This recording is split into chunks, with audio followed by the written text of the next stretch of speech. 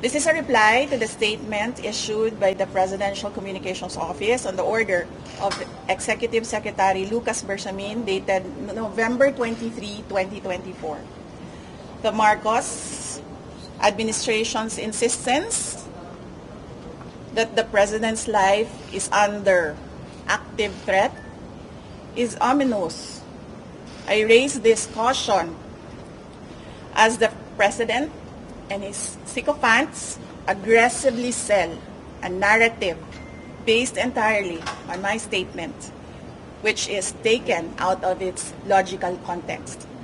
Bakit hindi nila pinapalabas kung ano yung question ng media? Bakit hindi nila pinapalabas kung ano yung una kong sagot?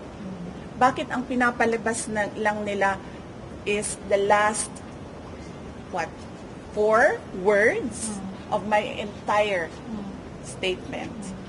They are building a narrative, and I'll tell you kung anong playbook ito. There is absolutely no flesh on the bone, and despite the absence of a reliable investigation, authorities were quick to consider this a national security concern. The diametric contrast and inaction are displayed when I have expressed in previous months threats to my person and the continuing threats to the lives of OVP personnel. Tossing the word assassin. Pakicheck, may sinabi ba akong assassin doon? Wala. So nilalagay nila doon sa narrative nila, assassin. And nilalagay nila sa narrative nila, murder plot. Into this issue, tossing the word assassin into this issue makes things even more terrifying for our country. And especially because I never used that term during my recent consternation against the Marcos administration's failure to serve the Filipinos while it masterfully persecutes political enemies. Common sense should be enough for us to understand and accept that the supposed conditional act of revenge does not constitute to an active threat.